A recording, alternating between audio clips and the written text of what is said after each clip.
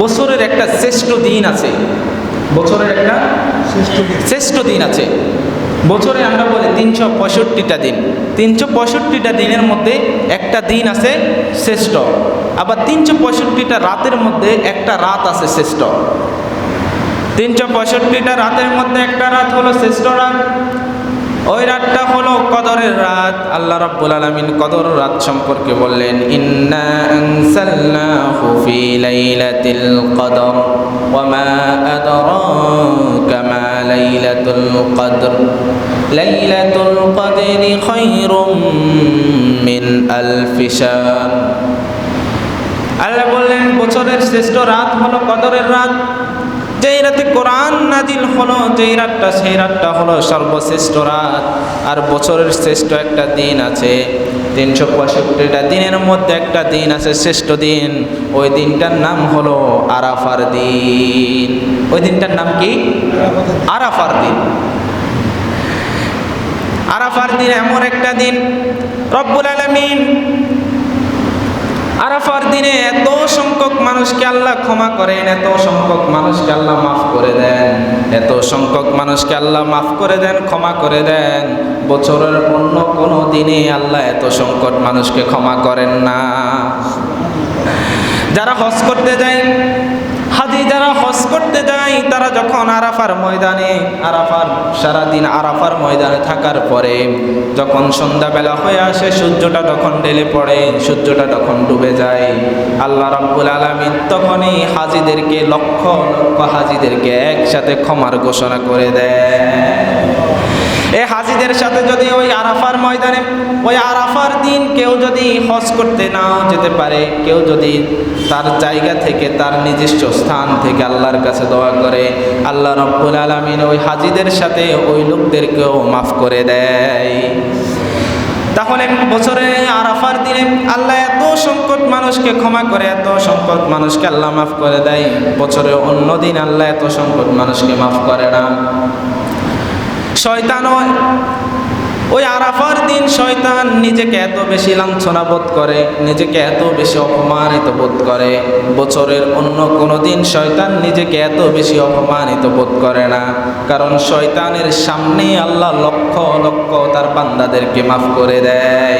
এই জন্য শয়তান নিজের ভিতরে লাঞ্ছনা বোধ করে, নিজের ভিতরে অপমানিত বোধ করে। বিশ্বনবী সাল্লাল্লাহু আলাইহি ওয়াসাল্লাম বললেন, খায়রুদ দুআ ওয়াল আরাফা। বিশ্বনবী বললেন সর্বশ্রেষ্ঠ দোয়া হলো আরাফার দিনের দোয়া। 365টা দিনের মধ্যে সর্বশ্রেষ্ঠ দোয়ার দিন হলো, শ্রেষ্ঠ দিন হলো আরাফার দিন। আর আরাফার দিনের দোয়াটা হলো শ্রেষ্ঠ দোয়া।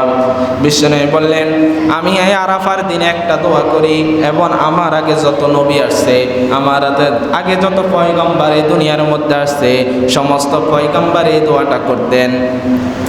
বিশ্বনবী বললেন দোয়াটা হলো, লা ইলাহা ইল্লাল্লাহু ওয়াহদাহু লা শারীকা লাহু লাহুল মুলকু ওয়া হুয়া আলা কুল্লি শাইইন কাদির। এই দোয়াটা আমরা পারি না? এই দোয়াটা পারি, এই প্রত্যেক নামাজের পরে এই দোয়াটা আমরা পড়ি। বিশ্বনবী বললেন, আমি প্রতি আরাফার ময়দানে আমি এই দোয়াটা করতাম, এবং আমার আগে যত নবী আসছে, আমার আগে যত রাসূল আসছে, যত পয়গম্বর আসছে, সবাই এই দোয়াটা আরাফার দিনে করতেন। এই দোয়াটা করলে আল্লাহ মাফ করে দেবে। এজন্য আমরা যারা হজ করতে যেতে পারি নাই, মনে হচ্ছে যে, মনে হয় যারা হজ করতে গেছে আল্লাহ তাদেরকে মাফ করে না। আরাফার দিন আপনি যেখানে বসে দোয়া করবেন, আল্লাহ ওখান থেকেই কবুল করে নেবে। আল্লাহ তো শর্ত দেয় নাই যে কাবা ঘরে গিয়ে দোয়া করলে আল্লাহ দোয়া কবুল করবে, এরকম কোনো শর্ত আল্লাহ দেন নাই যে আরাফার ময়দানে গিয়ে দোয়া করলে আল্লাহ দোয়া কবুল করবে। এরকম শর্ত আল্লাহ দিছে নাকি? এরকম কোনো শর্ত আল্লাহ দিছে যে শুধুমাত্র কাবা ঘরে গিয়ে দোয়া করলে দোয়া কবুল হবে? এরকম শর্ত দিছে? নাই। আল্লাহ বলছে যেখানে পবিত্র জায়গা, যেখানে তাহুরুন, যেখানে পবিত্রতা আছে, ওখানে বসে দোয়া করলে আল্লাহ সাথে সাথে কবুল করে নেবে। আপনি আপনার ঘরে বসে আল্লাহকে ডাকলে আল্লাহ শুনবে, আপনি মসজিদে বসে ডাকলে আল্লাহ শুনবে, আপনি গাড়িতে বসে আল্লাহকে ডাকলে আল্লাহ শুনবে, আপনি যেখানে বসেই আল্লাহকে ডাকবেন আল্লাহর সাথে সাথে সাড়া দিবে। আল্লাহ বলল, বান্দা যদি আমাকে একবার ডাকো আমি তোমার ডাকে 70 বার সাড়া দিই। কয়বার? আপনি ডাকেন কয়বার? ডাকেন কয়বার? উনি সাড়া দেয় কয়বার? 70 বার। আপনি একবার ডাক দিলে উনি 70 বার জবাব দেয়। বান্দা কি লাগবে? কি লাগবে? ক্ষমা লাগবে? ক্ষমা করে দিই। সম্পদ লাগবে? সম্পদ দিয়ে দিই। যা চাইবেন আল্লাহ সব দিয়ে দেয়। এই জন্য আরাফার দিনে রোজা রাখবেন এবং আল্লাহর কাছে ক্ষমা প্রার্থনা করবেন, আল্লাহর কাছে মাফ চাইবেন। আল্লাহ পাক রব্বুল আলামিন আমাদেরকে আরাফার দিনে যেন বেশি বেশি করে দোয়া করার তৌফিক দান করে। সবাই বলে আমিন। এবং আরাফার দিন আমরা রোজা রাখবো বিশেষ করে।